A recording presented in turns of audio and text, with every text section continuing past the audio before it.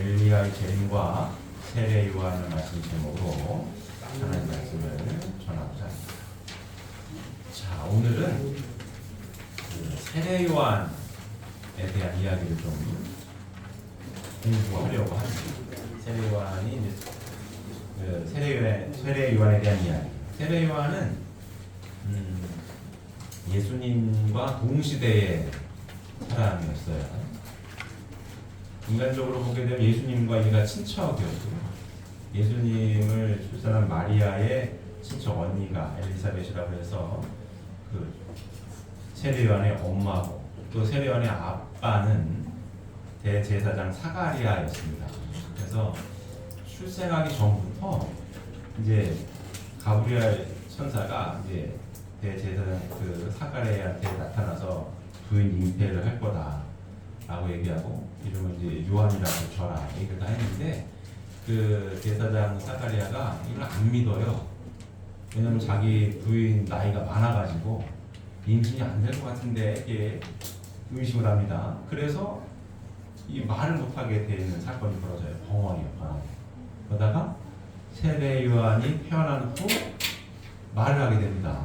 그래서 태어나기 전부터 굉장히 많은 관심을 받았던, 이스라엘 민족으로부터 관심을 받았던 세례 요한이었고, 태어난 후에도 방에 나가서 메뚜기와 석청을 먹으며 그렇게 정성을 들이고 했었던 그 당대에 굉장한 위대한 선지자로 추앙받았던 세례 요한의 이야기를 하려고 합니다. 근데 하나의 사건이 있었어요. 그 사건이 뭐냐면, 예수님이 이제 쭉 자세히 설명을 하겠지만, 예수님이 이제 딱 30살 됐을 때 당신이 메시아라고 선포를 하십니다. 근데 구약 성경 말라기를 보면 메시아를 보내기 전에 엘리야를 보낸다라고 예언이 되어 있거든요. 예언이 되어 있습니다. 그러니까 구약 4,000년의 역사는 메시아 한 분을 맞이하기 위한 역사였고, 이스라엘 선민은 하나님께서 선택하셔서 하나님의 아들 독생자 예수님을 맞이하게 하기 위하여 준비했어요. 이스라엘 선민을 교육하고 훈련하시고, 오직 예수님 한 분을, 그러니까 메시아 한 분을 맞이하게끔 하려고. 이게 구약 역사입니다. 그래서 이스라엘 민족은 메시아를 눈 빠지게 기다렸습니다. 눈 빠지게 기다렸는데 어느 날 뜬금없이 예수라고 하는 젊은이가 내가 메시아입니다 라고 얘기를 했어요. 근데 분명히 말라기 선지자가 메시아가 오기 전에 엘리야가 먼저 온다 이렇게 예언이 되어 있는데, 엘리야가 왔다는 소식은 없고 예수님이 메시아다라고 하니까 물어요. 그러면 먼저 오리라고 예언되어 있는 엘리야가 누구야? 라고 묻습니다. 그때 예수님께서 세례 요한이 엘리야다 이렇게 얘기를 하십니다. 근데 세례 요한이 나는 엘리야가 아니다 이렇게 얘기를 해요. 그 얘기를 하려고 합니다. 오늘 말씀 제목이 엘리야의 재림과 세례 요한이에요. 예수님은 세례 요한이 엘리야다 라고 말씀하셨어요.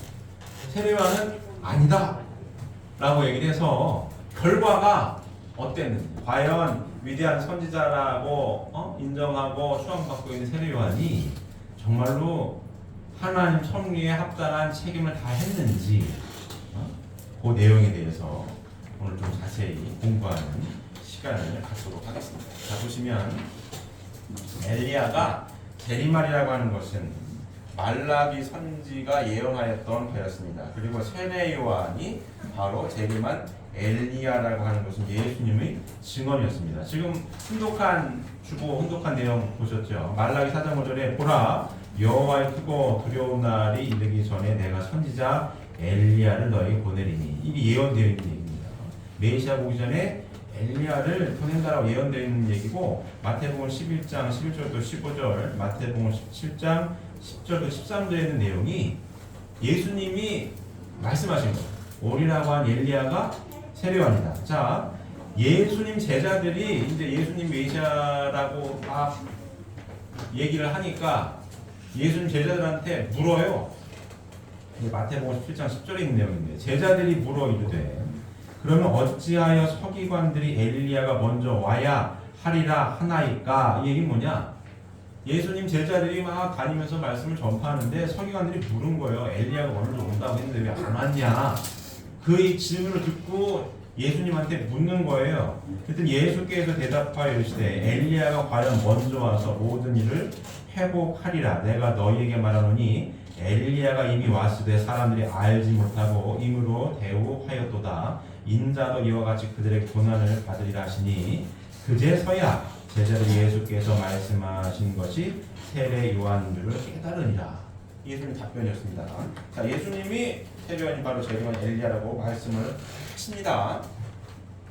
자, 엘리야가 그의 천적인 사명을 다 이루지 못하고 승천하였기 때문에 메시아를 맞이하기 위하여 사탄을 대립해가는 노정에 다시 사탄이 횡행하게 되었고, 그러므로 예수님의 실제 성전 이상이 이루어지기 위하여는 이에 앞서 엘리야가 지상에 다 이루지 못하고 한 사탄 분립의 사명을 계승 완수하는 섭리가 있지 않으면 아니 된다. 이에 의하여 선지자 말라기는 엘리야가 재림해야 할 것을 예언하였던 것이다. 이렇게 설명하고 있습니다. 자, 엘리야의 재림을 중심한 유대인들의 신적인 동향을 보게 되면 이렇게 이제 쭉 설명을 이렇게 해요. 근데 엘리야가 재림할 거야라고 예언이 되어 있었던 내용이고, 선지자들의 예언을 믿고 있었던 유대인들의 간곡한 소망은 메시아의 강림이었습니다. 그러나 그에 못지않게 그들이 갈망해 왔었던 것은 엘리야의 재림이었습니다. 왜? 예언이 되어 있으니까. 예수님 메시아를 못 빠지게 기다리고 있는데 미리 엘리야가 재림할 거라고 예언되어 있으니까 당연히 엘리야가 오면 누가 오게 되어 있는 거예요? 메시아가 오게 되어 있는 순서가 이렇게 되어 있으니까 유대인들은 메시아를 학수고대하고 있으면서도 그 전에 엘리야가 재림하기를 기다리고 있었다라는 내용입니다. 그것은 하나님이 말라기 선지자를 통하여 메시아의 강림에 앞서 엘리야를 보내마고 분명히 약속하셨기 때문이고요. 그들은 오늘날의 기독교 신부들이 예수님께서 구름을 타고 재림하시라고 생각하고 있듯이 하늘을 우러러 보면서 엘리야가 다시 오기를 고대하고 있었습니다. 엘리야는 예수님 오시기 전 약 900여 년 전에 하늘로 승천했다라고 기록이 되어 있습니다. 자, 이거 따로 페이프 한 장 나눠드렸죠. 보실까요? 열왕기하 2장 11절 보게 되면, 자, 엘리야가 승천한 내용이에요. 두 사람이 길을 가며 말하더니 불수레와 불말들이 두 사람을 갈라놓고 엘리야가 회오리 바람으로 하늘로 올라가더라. 이렇게 기록이 되어 있습니다. 예수님 오시기 약 900여 년 전에 있었던 내용입니다. 그러니까 엘리야가 어디로 올라갔어요? 하늘로 올라갔으니까 예수님이 메시아가 재림하기 전에 엘리야가 먼저 온다고 했으니까 어떻게 해요? 하늘을 우러러 보면서 엘리야가 다시 오기를 유대 백성들이 기다리고 있었다라는 내용입니다. 그런데 엘리야가 다시 왔다는 소식은 없고 예수님께서 느닷없이 메시아를 자처하고 나섰을 때 예루살렘에는 이때 혼란이 일어났다. 당연하겠죠. 구약 역사가 메시아 한 분을 맞이하기 위한 역사입니다. 그래서 메시아 한 분을 맞이하기 위해서 선민 이스라엘 민족을 선택해서 하나님이 끊임없이 훈련하셨어요. 메시아가 올 거니 메시아를 잘 맞이해서 하나님께서 이루어진다라고 훈련시키는 역사였거든요. 그래서 예언되어 있는, 그럼 예수님이 오시기 전에 엘리야가 와서 메시아를 맞이할 건데 엘리야가 다시 왔다는 소식은 없고 엘리야가 먼저 와야 메시아가 오는 건데 예수님께서 느닷없이 메시아를 자처하고 나섰을 때 예루살렘의 일대 혼란이 당연히 일어날 수밖에 없었던 내용입니다. 그 내용이 아까 좀 전에 훈독했던 마태복음 17장 10절부터 13절에 있는 내용이에요. 제자들에게 이스라엘 백성이 묻는 거예요. 제자들이 물어 이르되 그러면 어찌하여 서기관들이 엘리야가 먼저 와야 하리라 하나이까라고 물어요. 한 예수님이 메시아 막 얘기를 하고 다니니까 서기관들이 묻는 거예요. 엘리야는 어딨냐? 제자들한테. 예언된 엘리야는 어딨냐? 이렇게 물으니까 제자들이 예수님께 엘리야는 누구예요? 이렇게 묻는 거죠. 엘리야가 먼저 완다고 했다는데요. 그랬더니 예수님이 뭐래요? 세례요한이 엘리야야. 이렇게 얘기를 했었다는 걸 내용이고요.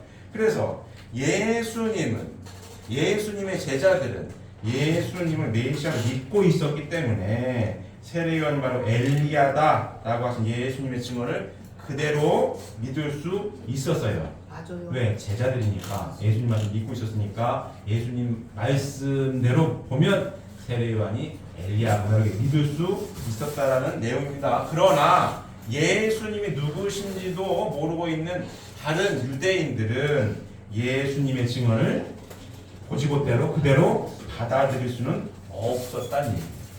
이해되십니까? 이때 상황을 말씀을 드리고 있습니다. 예수님 제자들은 당연히 예수님 믿죠.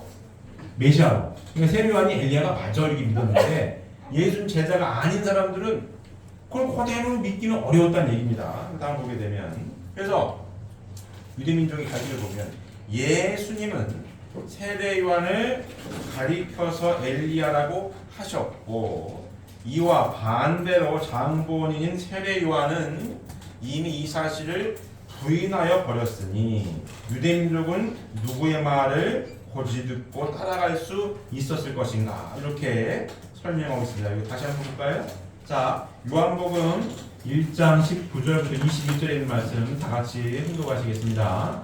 자, 유대인들이 예루살렘에서 제사장들과 레위인들을 요한에게 보내어 내가 누구냐 물을 때에 요한의 증언이 이러하니라.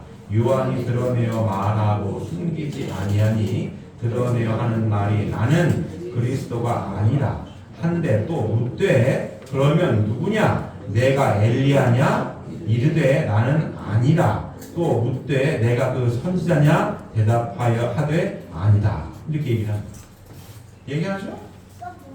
네가 엘리야냐 물어보니까 나는 아니다 이렇게 한 거예요. 누가요? 세례요한이. 유대 백성들이 물었어요. 세례요한한테. 예수라고 하는 분이 내가 메시아라고 하고 있고 그럼 메시아가 오기 전에 먼저 온다라고 한 엘리야가 누구냐 물었더니 당신 보고 엘리야라고 하던데 세례요한한테 그럼 당신 진짜 엘리야가 맞소? 물었더니 세례요한이 뭐래요? 나는 엘리야가 아니다 이렇게 대답했다는 얘기입니다. 아니다 라고 얘기했어요. 그러니까 누구 말을 들을 거냐 유대인들 누구 말을 들을 거냐 이때 시대 상황을 얘기하고 있습니다. 그것은 당시의 유대인들이 눈에 예수님과 세례요한 두 분 가운데서 누가 더 믿을 수 있는 인물로 비춰졌는가 하는 데에 따라서 좌우될 수밖에 없었던 거예요. 맞아요. 이해되십니까? 예수님 말씀을 세례요한이 맞습니다. 내가 엘리야가 맞습니다라고 했으면 문제가 없는데 예수님은 세례요한 보고 엘리야다라고 얘기하고 있고 세례요한은 나는 엘리야가 아니다 라고 얘기하고 있으니 이 당시 유대인들은 누구의 말을 듣고 판단을 내릴 수밖에 없었느냐 이 상황을 얘기하고 있습니다. 그럼 어떻게 할 수밖에 없었다? 유대인들 눈에 예수님과 세례요한이 누가 더 믿을 수 있는 사람이냐 요걸 보고 판단할 수밖에 없었다는 얘기입니다. 자, 보게 되면 그러면 예수님의 상황을 볼까요? 예수님은 빈천한 목수의 가정에서 성장한 배우지 못한 청년이었습니다. 이러한 청년이 일어나 안식일을 범하였으며 율법을 폐하는 사람으로 알려지게 되었습니다. 어부를 불러 제자를 삼았으며 세리와 창기와 죄인들과 함께 먹고 마셨고 자기를 하나님과 동등한 입장에 세우셨고 당시에 유대인들의 눈에 비친 예수님은 그래서 어떻게 믿기 어려운 사람을 비춰줄 수밖에 없었던 상황이 이러했습니다. 예수님의 상황을 이렇게 보였어요. 유대인들이 봤을 때 참 가난한 목수의 집안에 배우지 못한 청년이 어느 날 뜬금없이 나타나가지고 내가 아니면 구원받을 자가 없고 내가 길이요 진리요 생명이 나로 말미암지 않고는 천국 갈 사람이 없다라고 얘기하고 막 얘기를 하니까 그 제자라고 봤더니 어부 세리 창녀들 배운 것도 없고 가진 것도 없는 어떻게 보면 무지랭이들만 따라다니고 있습니다 지금. 흔히 유대인들이 봤을 때에 이 젊은 청년의 말을 믿을 수 있었겠냐는 얘기죠. 그렇게 보였던 거고. 다음 보겠습니다. 세례요한 볼까요? 한편 세례 요한은 명문가인 제사장 사가랴의 아들로 태어났으며 출생하자마자 벙어리가 되었던 부친의 입이 열린 기사이적이 일어났고 뿐만 아니라 광야에서 메뚜기와 속청으로 연명하면서 수도하던 그의 신앙생활을 보고 유대인들이 그에게 메시아가 아닌가 하고 물어볼 정도로 훌륭하게 보였어요. 누가요? 세례요한. 유대인들이 봤을 때 세례요한이 명문가의 아들이고 아까 전에 말씀드린 것처럼 임신할 때부터 신기한 일이 벌어졌어요. 아버지가 천사가 한 말을 안 믿었더니 입이 벙어리가 됐다가 이 세례 요한이 태어나니까 입이 트였고 광에 나가서 빛나는 수호 생활을 통해 가지고 모범이 됐다는 얘기입니다. 그러니 야 당신이 메시아 아니에요? 이렇게 물어볼 정도로 세례 요한에 대한 명망은 아주 높았어요. 유대인들이 바라봤었던 부 예수님과 세례 요한에 대한 요 시각적인 차이예요. 이렇게 차이가 있었다는 얘기입니다. 자, 다음 보게 되면 그 당시에 사정을 놓고 예수님과 세례 요한의 모습을 비교해 봤을 때 유대인들은 세례 요한의 말을 더 믿지 않을 수 없었던 것이다. 당연히 이게 보였겠죠. 따라서 예수님의 증언은 메시아로 자처하기 위한 일종의 위증이 되었기 때문에 예수님은 망언자로 몰릴 수밖에 없었던 거예요. 아무리 봐도 유대인들이 봤을 때 세례 요한이 믿을 수 있는 사람이에요. 덕망이 높은 사람이야. 근데 예수님이 세례 요한이 엘리야다라고 했는데 세례 요한이 나는 엘리야가 아니다라고 했는데 유대인들 누구 말이 더 신뢰가 받겠어요? 세례 요한의 말 신뢰가 가니 예수님은 거짓말을 하는 사람처럼 보일 수밖에 없었던 겁니다. 왜 거짓말을 했느냐?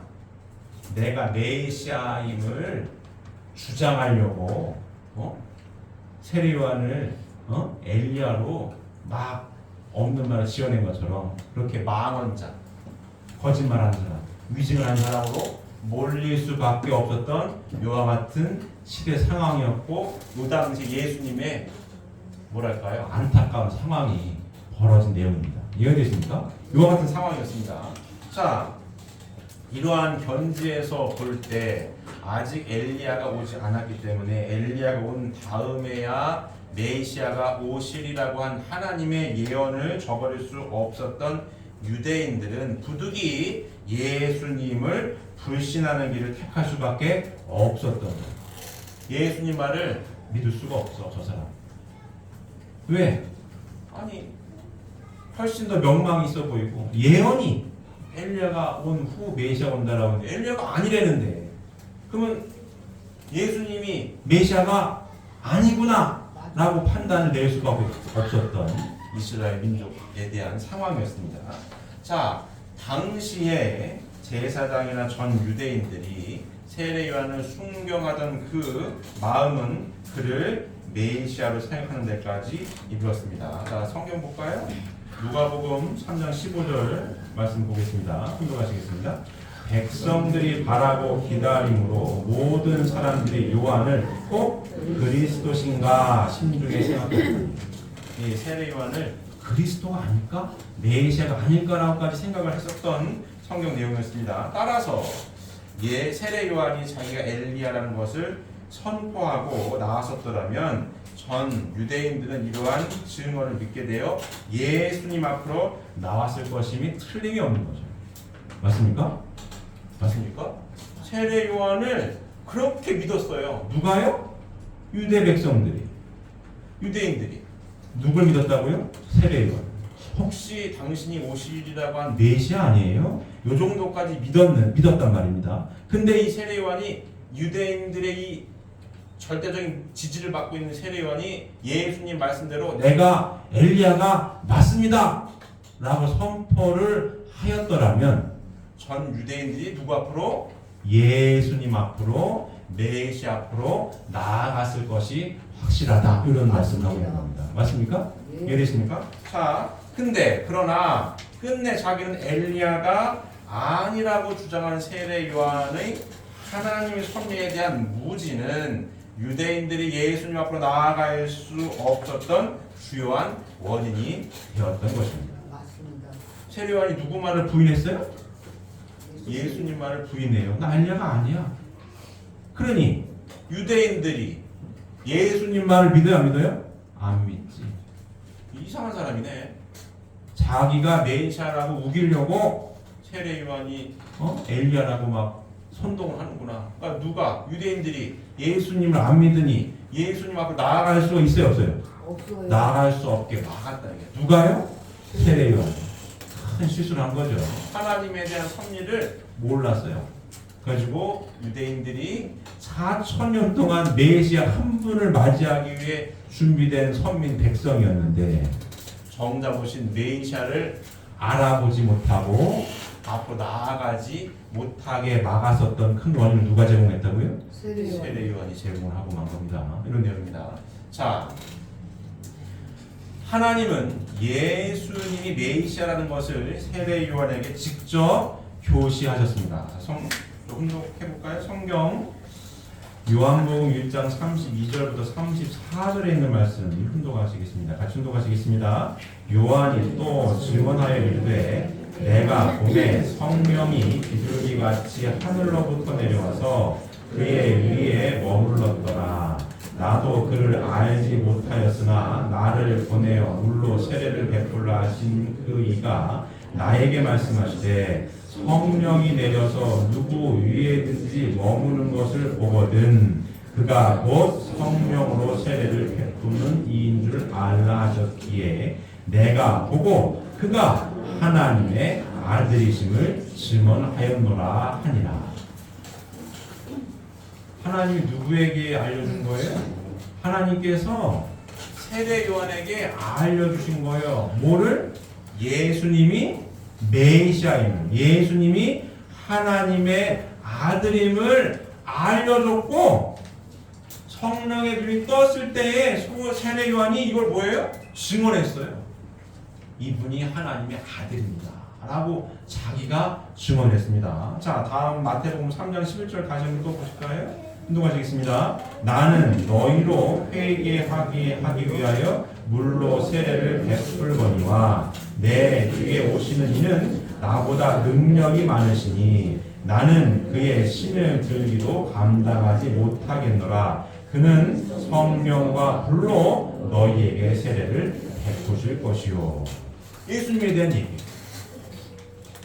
나는 예수님의 신을 들기도 감당하지 못하겠노라. 나는 감히 하나님의 아들이신 예수님의 신발 들고 다니는 심부름꾼도 못할 사람이야. 이 얘기입니다. 맞아요. 이 얘기예요. 그 예수님은 성령과 불로 너희에게 세례를 베푸실 것이고. 누구에게? 세례 요한이 한 얘기입니다.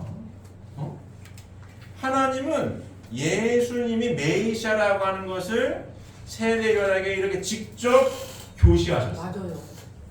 영적 역사죠. 성령 역사로 영안의 눈을 떠서 예수님이 하나님의 아들이심을 입으로 증언합니다. 누가요? 세례 요한.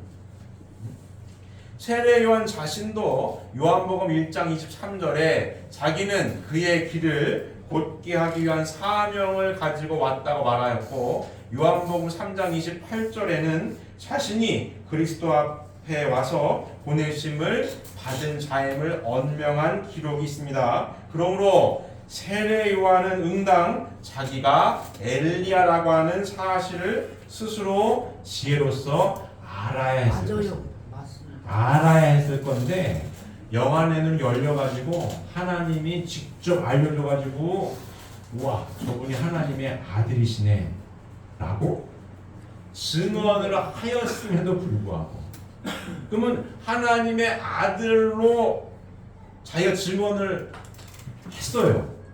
하나님이 직접 알려주셨어요. 그러면 누구의 말을 들어야 되는 거예요? 예수님 말씀 들어요. 하나님의 아들로 알려주신 예수님의 말씀을 세례 요한은 들었어야 되는 거예요. 맞아요.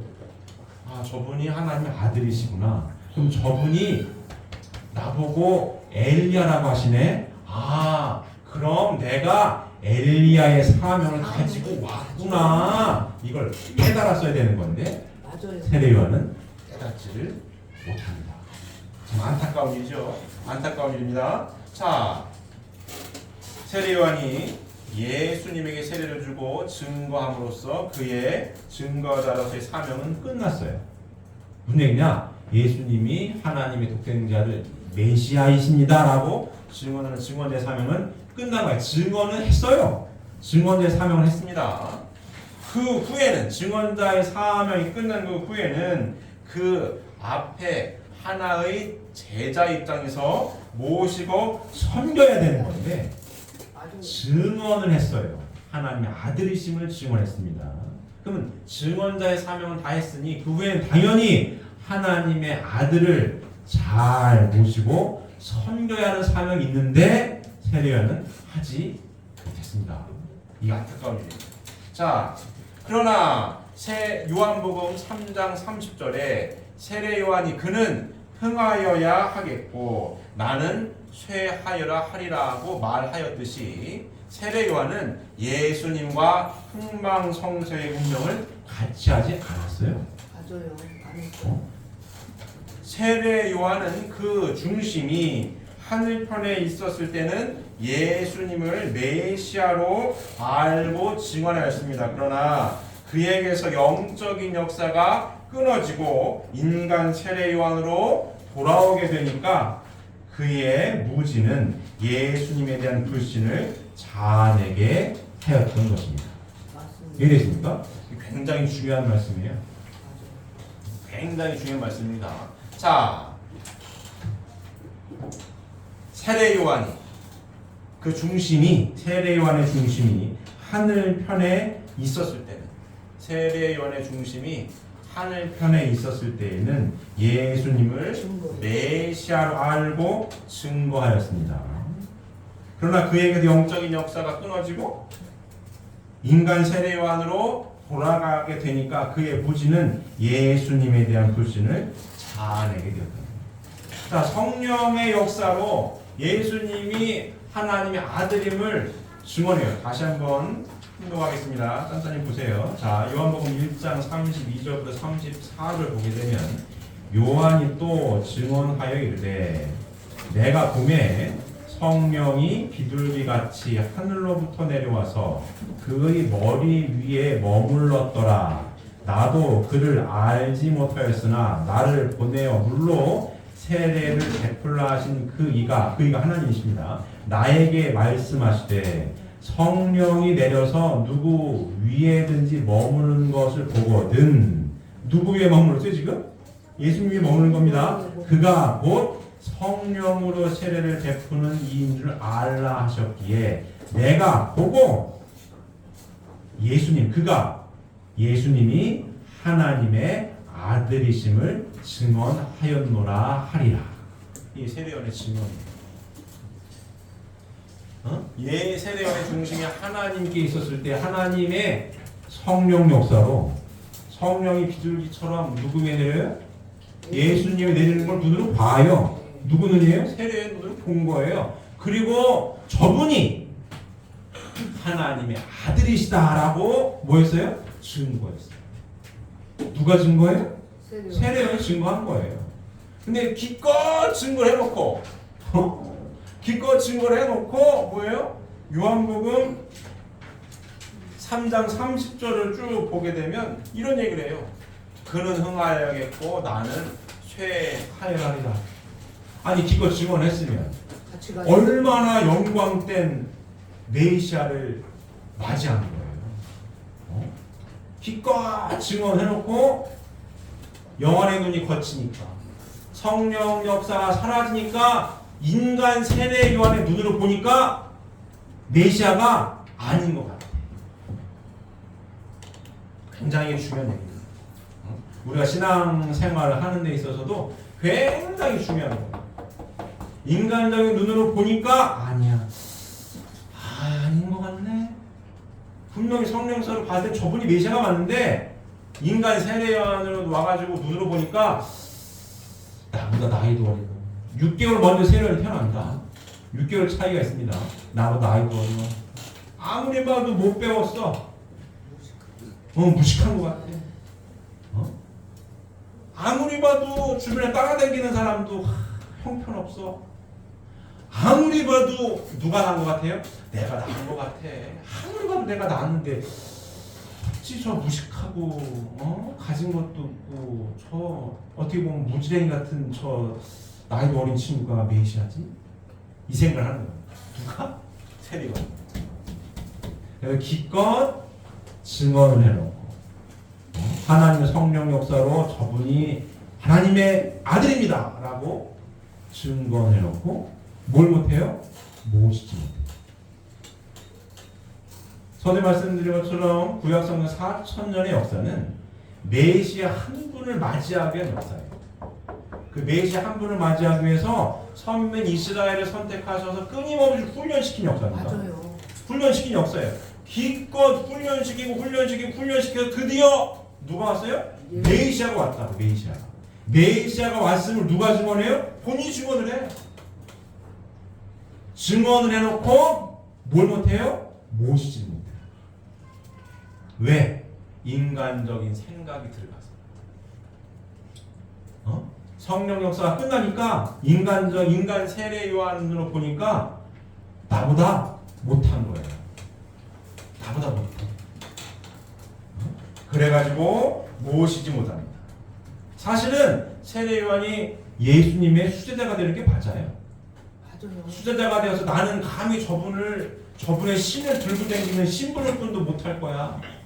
이때는 뭐예요? 영안의 눈이 떴을 때, 성령이 켰을 때, 그때 마음 변함없이 그분을 잘 극진히 메시아로 모셨으면 예수님은 십자가에 못 박혀 돌아가시지 않았습니다. 맞아요. 맞습니다.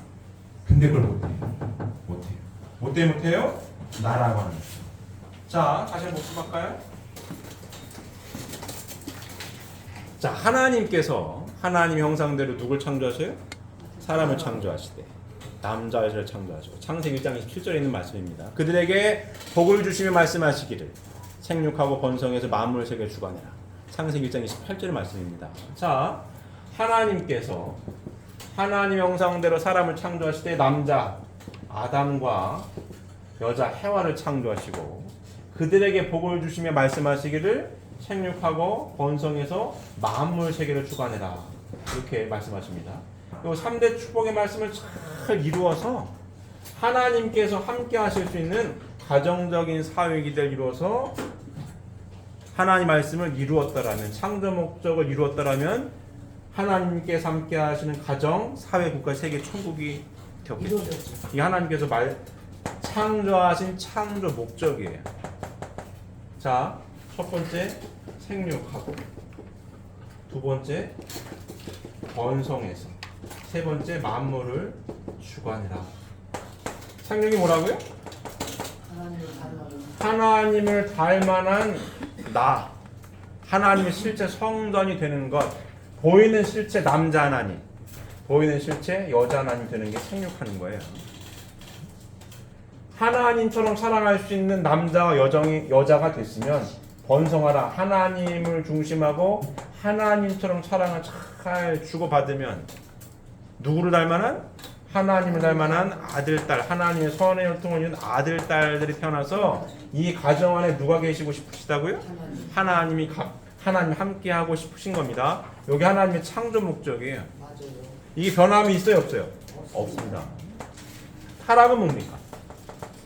타락은 사탄을 중심. 하나님의 말씀을 잃어버리고 누가 얘기를 해요? 사탄이가 얘기를 해. 사탄이가 얘기를 합니다. 사탄이가 얘기를 해. 선악과를 따먹으면 죽는다고 하더냐? 죽는다고 그랬어. 안 죽는다. 안 죽고 거꾸로 네 눈이 밝아질 거야. 누구 눈이 밝아요? 내 눈이 밝아진다고? 네 눈이 밝아질 거야. 그래서 따먹어요. 누가 따먹어요? 해와. 해와가 먼저 따먹어. 이렇게 말을 해. 내 눈이 밝아진다고? 따먹었고 아담한테도 얘기를 해요. 따먹었더니 안 죽어. 갖다 먹으면 이렇게 자녀가 태어나요. 누구 닮았어요? 사탄을 닮은 자녀가 태어나. 예수님이 이스라엘 백성 이 독사의 새끼들아 막 얘기를 합니다. 네 아비 마귀 하는 걸 닮았느냐 막 얘기를 해요. 이게 타락색입니다. 복귀는 뭐냐? 이와 같은 가정 사회가 쭉 세계가 이루어진 것을 다시 이와 같은 가정 사회 국가 세계로 많이 복귀해 나가는 거. 이게 복귀 섭리의 모든 핵심 내용이 다예요. 이게 답니다. 어려웠습니까? 지금 우리가 이 복귀 섭리 가운데 있는 겁니다. 있는 거예요. 여기 타락성의 핵심은 뭡니까? 타락성의 핵심? 나라고 하는 게 나. 이게 타락성의 핵심이에요. 뭐라고 꼬시냐? 네 눈이 밝아진다고. 네 눈이. 그래서 내 눈이 밝아진다고? 내 눈이 밝아진다고? 나라고 하는 게 내 안에 훅 들어오는 순간 하나님이 쫓겨나는 거예요. 생육하는 거는 하나님의 실제 성전이 되는 건데 나라고 하는 게 가득 차는 순간 하나님이 거하실 수가 없습니다. 하나님의 말씀이 밀려나가는 거예요. 누구 얘기가 들어와요? 얘 얘기가 들어와. 이 얘기 핵심 뭐냐? 나예요. 나. 내 욕심. 시기질털 욕심. 나? 내 눈이 밝아진다고 하는 순간 하나님이 밀려요. 뒤로 밀렸다. 내 욕심만을 찾게 됩니다. 그래서 모든 게 내 멋대로 하고 싶어 하는 거예요. 자, 여기에서의 사랑은 하나님이 중심이 된 하나님과 같은 사랑을 나누는 거고. 그래서 하나님처럼 부인을, 하나님처럼 남편을 위해주는 참사랑의 실천인 거고. 여기서의 남녀 관계는 뭡니까? 내가 중심이 되어서 내 멋대로의 사랑이에요. 나한테 맞추라고 하니까 내 중심적으로 움직이려고 하니까 하나가 되지 않아요. 그래서 항상 말씀을 드리지만 사람은 남자 아니면 여자입니다. 남자 아니면 여자예요. 맞습니까? 남자 아니면 여자예요. 맞아요. 남녀가 갈라지게 되니 왜? 내가 중심이 어떻게 맞춰 이거? 나한테 맞추라는데 맞춰요? 못 맞추는 거야 이건. 남녀가 갈라지니 가정, 사회, 국가가 다 갈라지는 거예요. 갈등하고 전쟁하고 빼앗아오려고 하고 서로 죽이고 뭐 때문에? 나 때문에. 전쟁 왜 합니까? 내 욕심 때문에 하는 거예요. 내 이익 때문에 더 먹으려고. 왜 사기를 쳐요? 내가 제 거 뺏어가려고. 다 모든 죄악의 시작은 여기서 시작되는 거예요. 나. 맞아요. 왜? 맞습니다. 타락의 시작점이 여기니까. 세례요한도 봅니다. 자, 하나님의 쉬운 말로 계시로 하나님의 성령 역사로 하나님이 중심에 있을 때는 세례요한이가 예수님을 메시아로 증거해요. 맞아요. 증언한다. 성령 역사로 이야 비둘기가 성령 임하는 걸 보고 아 저분이 하나님의 아들이십니다라고 증거를 해. 그리고 나는 감히 저분 신발 들고 다니는 심부름꾼도 못 되는 사람이요 내가. 맞아요. 그렇게 증언해놓고 나라고 하는 게 없고 싹 비워졌을 때 그렇게 하나님이 내 안에 들어와서 하나님 직접 알려준 거야. 예수님이 메시아야 알려서 증거를 합니다. 근데 영적 역사가 끝나니까 인간 세례 요한이 되니까 내가 나라고 하는 눈으로 예수님을 보니까 나라고 하는 중심이 딱 잡히니까 하나님과의 관계가 끊어지죠. 그래 내 눈으로 보니까 예수님이 형편없는 거예요. 형편없어. 나이도 어려, 배우지도 못했어, 돈도 없어, 주변 따라다니는 사람 다 형편없어. 말도 안 돼. 누가 봤을 때, 내가 봤을 때 말도 안 되는 거야 이게 지금. 그래서 뭘 못해요? 모시지 못합니다. 굉장히 중요한 얘기입니다. 나라고 하는 게 앞서면 위하여 사는 삶을 못 살아요. 못해요. 내 배고픈데 누굴 줘? 내가 먼저 먹어야지. 그런 겁니다. 나라고 하는 게 앞서면 위하여 사는 삶을 실천 못합니다. 나라고 하는 게 없으면 모시를 못하는 거예요. 왜? 나이도 내가 더 많고 배운 것도 내가 더 많이 배웠고 집안도 내가 더 빵빵하고 아니 더벅머리 총각 무식하고 진짜 막 아우 그런데 뭘 해야 돼 이제? 하나님 아들인 걸 받았으면 내가 뭘 해야 돼요? 진짜 신발이라도 들고 다니고 해야 돼.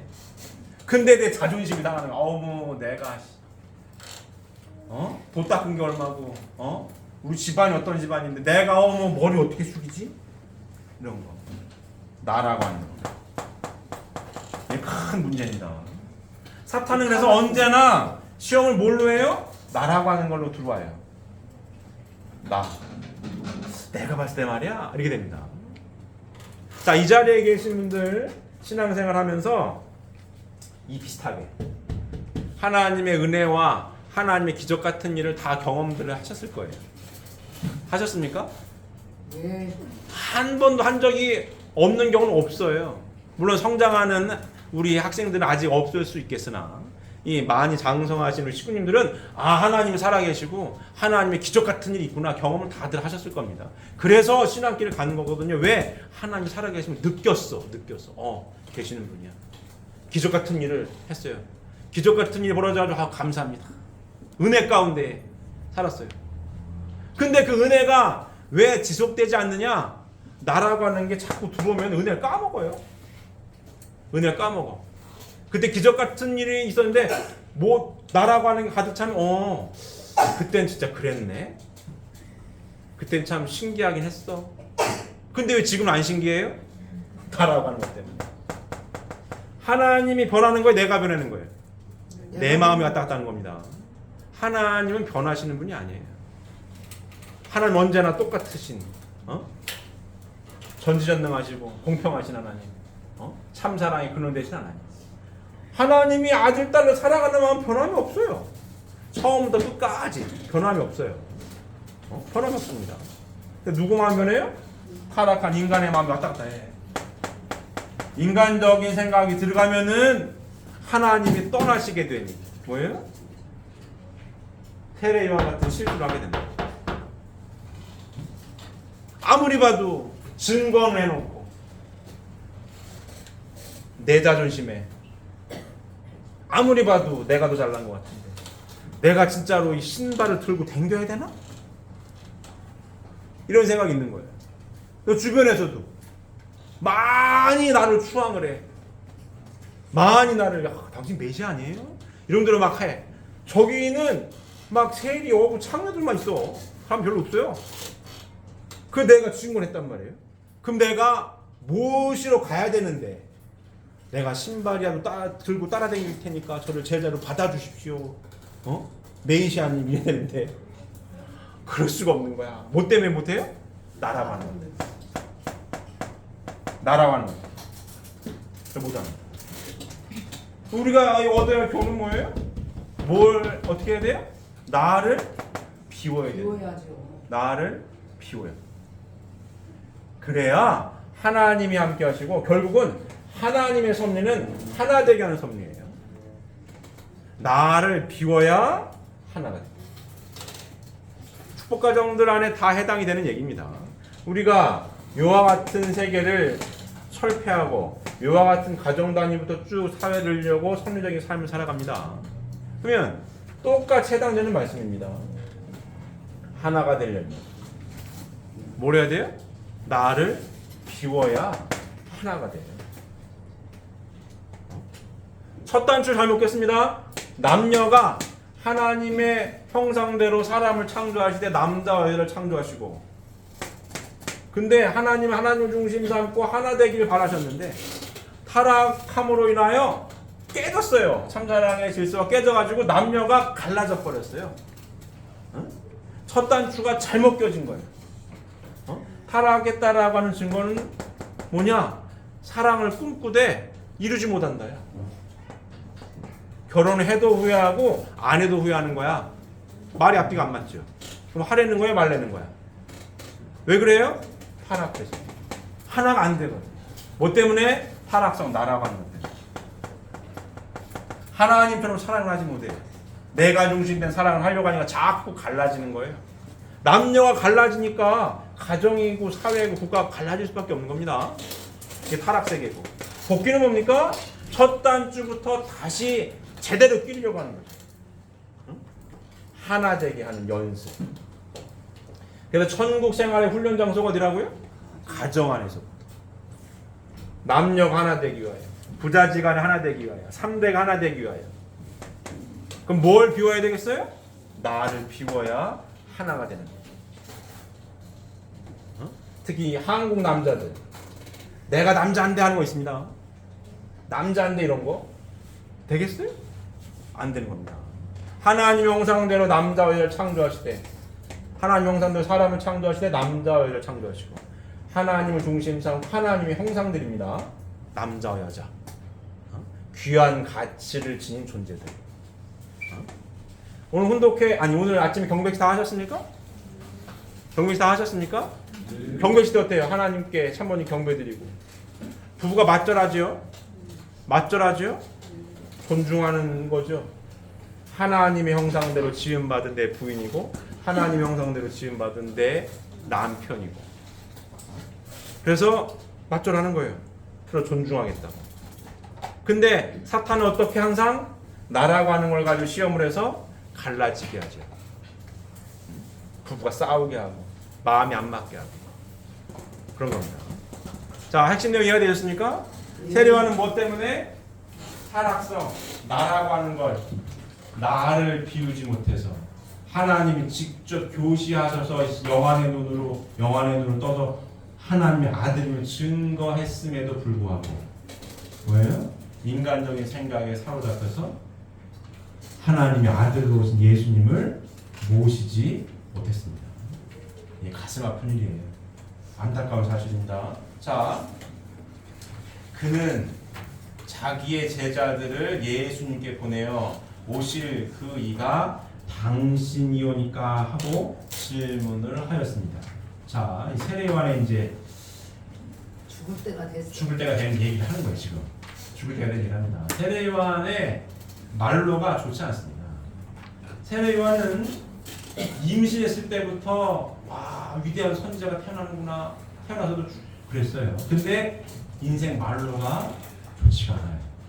세례요한은 그 당시에 분봉왕이었던 헤롯이 빌립의 아내 헤로디아를 취한 것을 비판을 해요. 비판하고 막 뭐라고 합니다. 그래가지고 헤로드 왕이 잡아가요.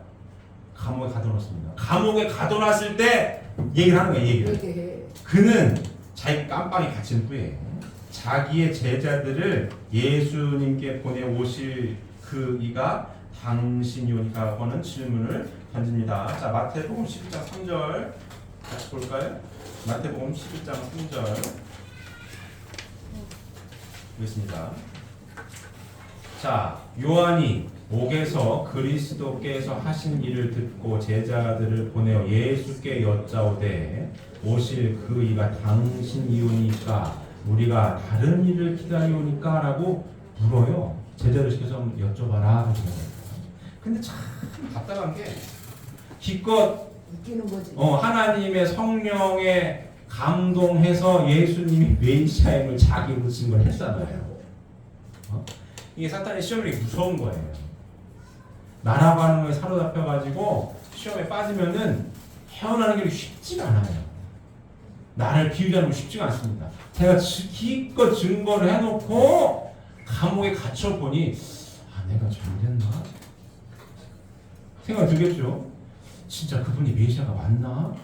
내가 증거를 했는데 인간적으로 눈으로 봤을 때는 형편없었는데 내가 깜빵에 갇히고 보니까 진짜가 하고 뭐라고 시켜요. 예수님 뭐라고 하시냐? 예수님은 너희가 듣고 보는 것을 요한에 구하라고 완곡하게 대답을 하십니다. 자, 그 다음 달라 볼까요?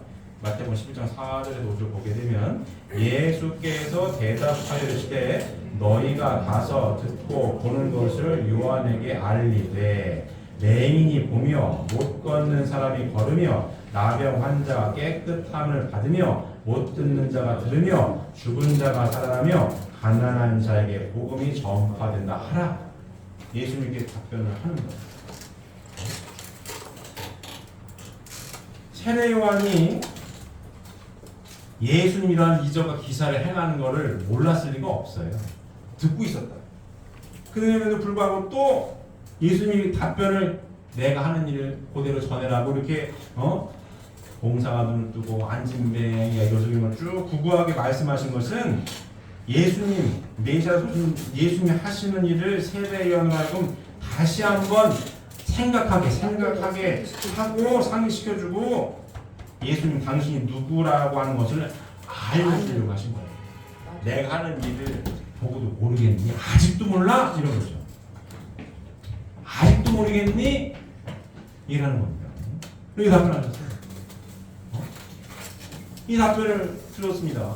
그리고 세례요한이가 어떻게 생을 마감하냐면 깜빵했을 때 예수님한테 제자를 통해서 물어보고 예수님 답변도 듣고 들었을 거 아니에요. 근데 생을 어떻게 마감하냐면 헤로당이 생일날 그 세르마티안 그 헤로디아의 딸이 있어요. 그 딸이 헤로당 앞에서 막 춤을 아주 멋있게 춥니다.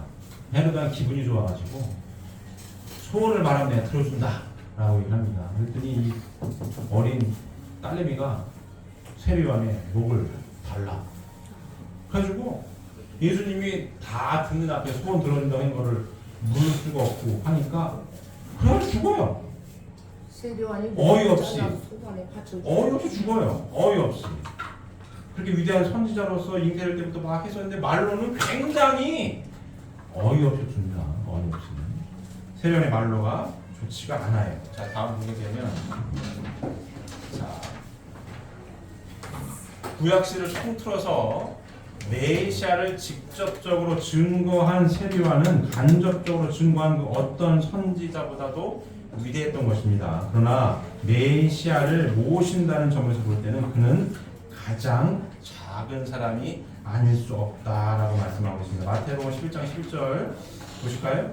내가 진실로 너희에게 말하노니 여자가 낳은 자 중에 세례 요한보다 큰 이가 일어남이 없도다. 그러나 천국에서는 극히 작은 자라도 그보다 크니라.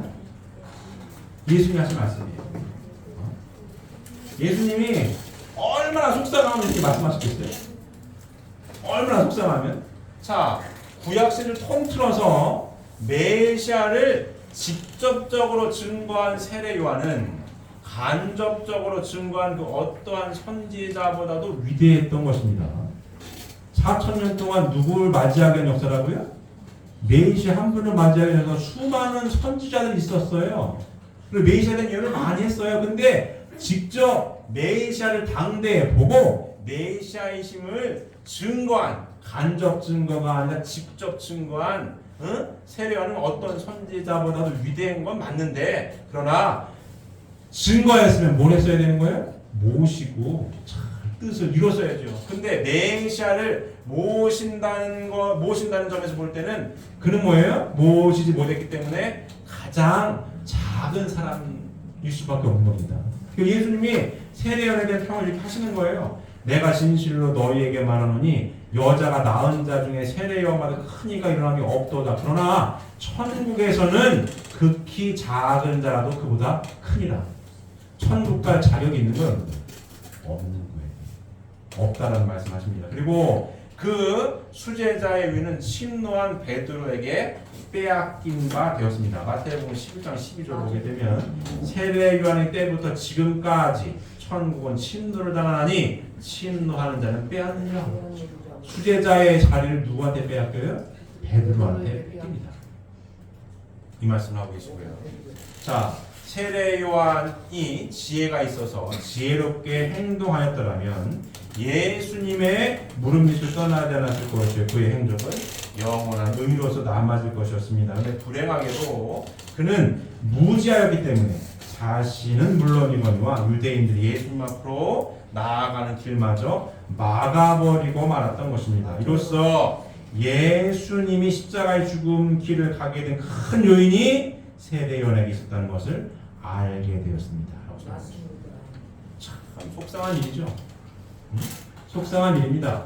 유대인들이 세례요한이 좀 지혜로웠더라면 예수님이 메시아이심을 증거한 것 플러스 잘 극진히 모셔서 수제자가 되었더라면 유대 백성들이 세례요한이 메시아 앞으로 나아갔을 것인데 영원한 의인이 되었겠죠.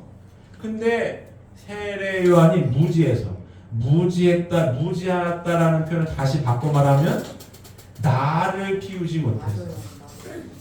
내 인간적인 생각에 사로잡혀서 내 자존심에 모시지 못한 겁니다. 그래서 뭐예요? 유대인들이 4,000년 동안 기다렸던 메시아 예수님 앞으로 나아가는 길을 누가 막았어요? 세례요한이 막은 겁니다.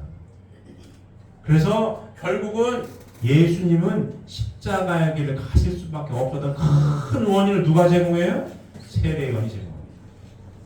그래서 지상에서 나은 자 중에 세례요한이 살아있을 때 얘기를 하는 거죠.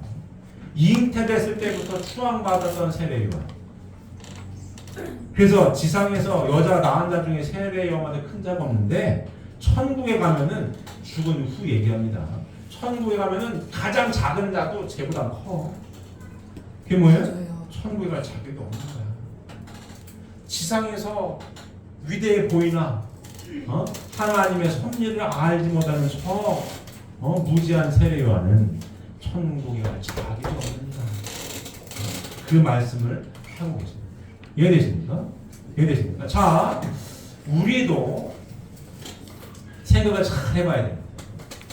우리가 지금 이와 같은 삶을 살죠? 요 세계로 복귀하겠다라고 하는 최일선에 서 있는 사람들이 우리들이에요. 우리들에게 재림 메시아께서 주신 공통된 타이틀이 뭡니까? 종족종 메시아. 종족종 메시아의 사명을 다해야 한다라고 말씀하고 계십니다. 아버님 마지막 기도문, 유언과 또 같은 마지막 기도문은 딱 두 문장이에요. 추리면 아버님 재림 메시아로서의 삶을 하나님께 고백하고, 두 번째가 뭐예요? 종족종 메시아가 국가를 대신해라.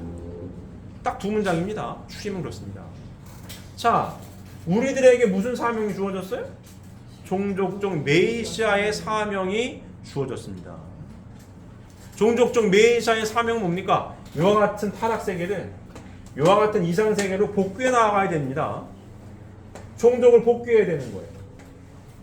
세례요한의 사명은 유대인들로 하여금 재림 메시아를 맞이하게끔 안내할 사명이 있었어요. 누구에게? 세례요한에게. 여관의 눈을 떠가지고 증거해놓고 나라고 하는 거를 비우지 못해서, 타락성을 비우지 못해가지고 모시지 못했거든요. 다른 말로 표현하면 실천을 못한 거예요. 실천을 못해가지고 유대인들이 메시아 앞으로 나아간 길을 막았거든요. 그럼 우리는 종족종 메시아의 사명을 부여받은 우리는 종족들을 이렇게 살고 있는데, 이렇게 살 수 있도록 안내해야 할, 재림 주님을 영접하게 해야 할 사명이 누구에게 있어요? 우리에게 있는 거예요. 우리에게 있는 거예요. 그럼 뭘로 이쪽으로 안내할 거냐는 얘기죠. 무엇을 가지고? 가장 기본적인 베이스는 당연히 말씀을 깊이 알아야 되는 거예요. 말씀을 깊이 알아야 되는데, 세례 요한의 이 사건을 잘 비교해서 설명을 하면 뭐가 중요하다? 실천이 중요한 겁니다. 실천이 중요합니다. 말씀대로 삶을 실천해서 가정적인 사회 기대를 이루고 행복하게 살아가는 모습을 누구한테 보여줘야 돼요? 보여줘야 되는 거예요. 이렇게 살아가는 것이 하나님께서 바라시는 축복 이상 가정의 삶이야. 당신들도 이렇게 살아야 되는 거야. 구원받아야 된다고. 보여줘야 되는 거예요. 그럼 뭘 해야 돼요? 실천해야 되는 거예요. 뭘 실천해요? 말씀을 실천하는 가장 핵심 포인트는 뭐예요? 나를 비우는 거예요. 그래서 하나 되는 삶을 살아야 되는 거예요. 그래야 복귀를 하죠. 이해되십니까?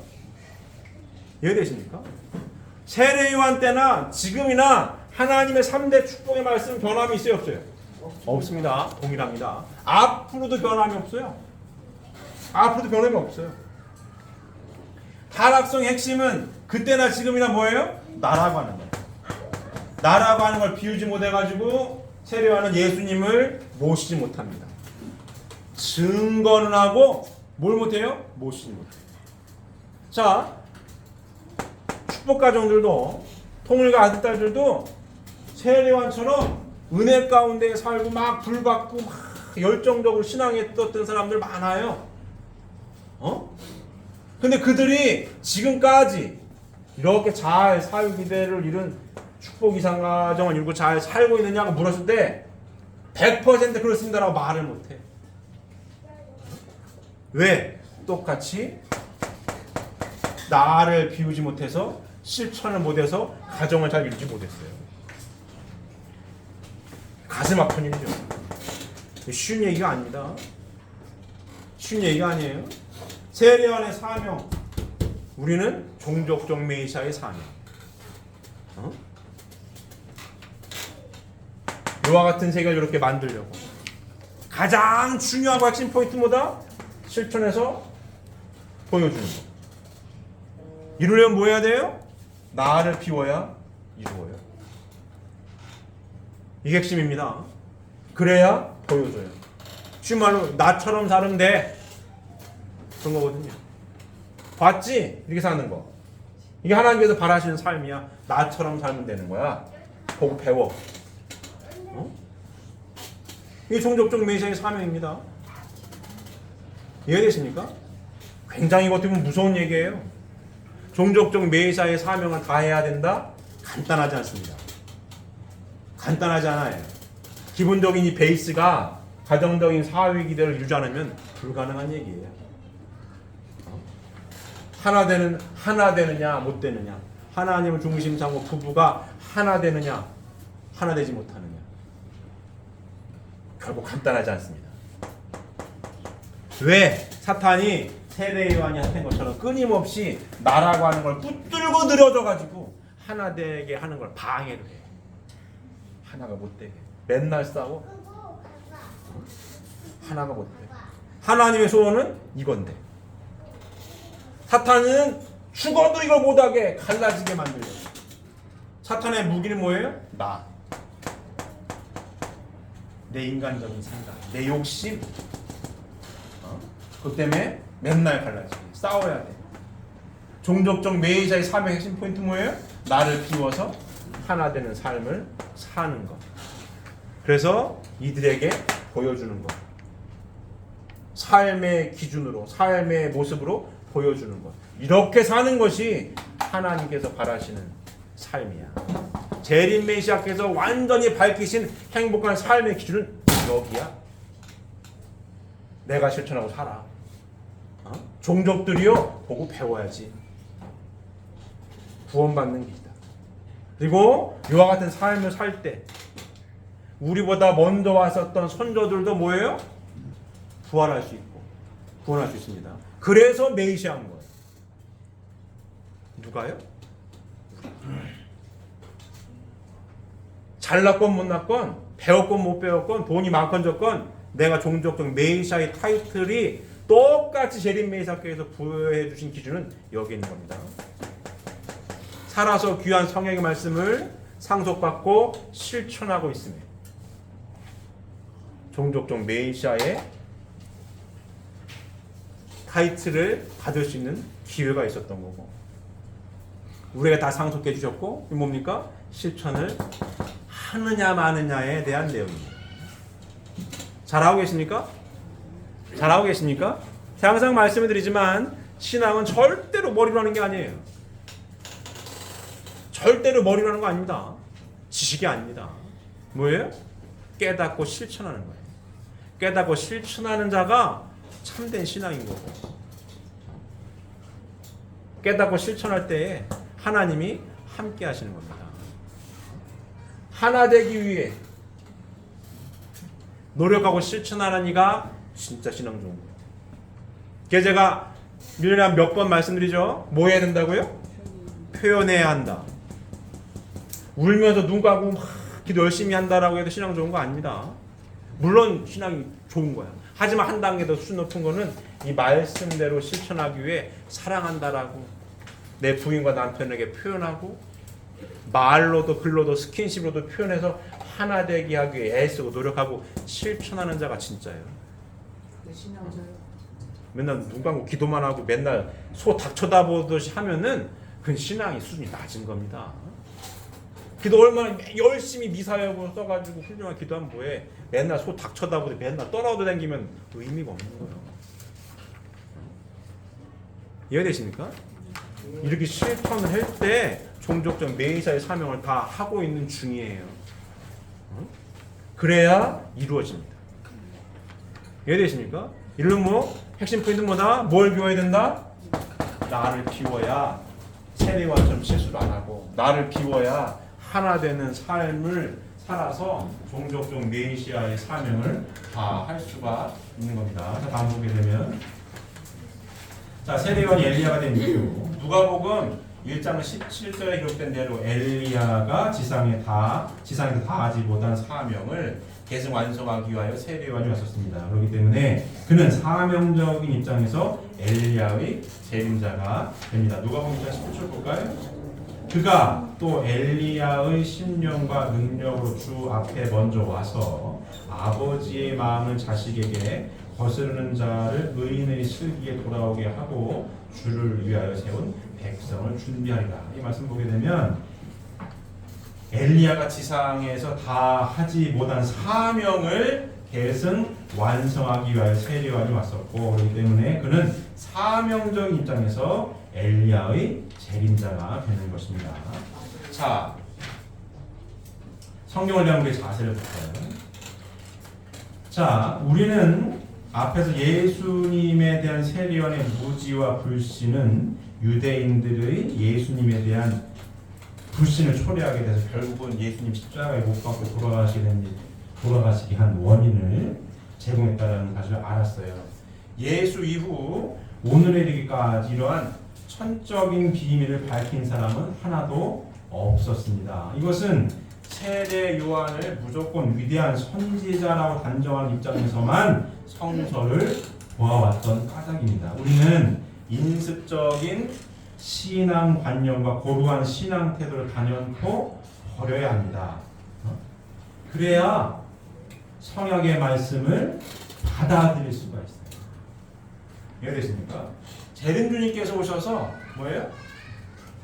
이와 같은 천적인 비밀을 밝혀주셨어요. 맞습니까? 이 같은 천적인 비밀을 누가 밝히셨다고요? 재림주님께서 밝혀서 선약의 말씀을 저에게 주셨어요. 그 말씀을 상속받고 실천하면서 살아가고 있는 사람들이 우리들이고 축복받으면 이와 같은 삶을 실천하고 있습니다. 잘 실천하고 계십니까? 잘 실천하고 계십니까? 반드시 365일 24시간 늘 깨어서 이 귀한 청약의 말씀을 공부하시고 훈독하시고 깨우치셔서 깨우치신 만큼 반드시 실천하셔서 언제나 하나님만 함께 하실 수 있는 우리 사랑하는 훈독가정교회 식구님들 가정가정이 되기를 바랍니다. 기도드리겠습니다.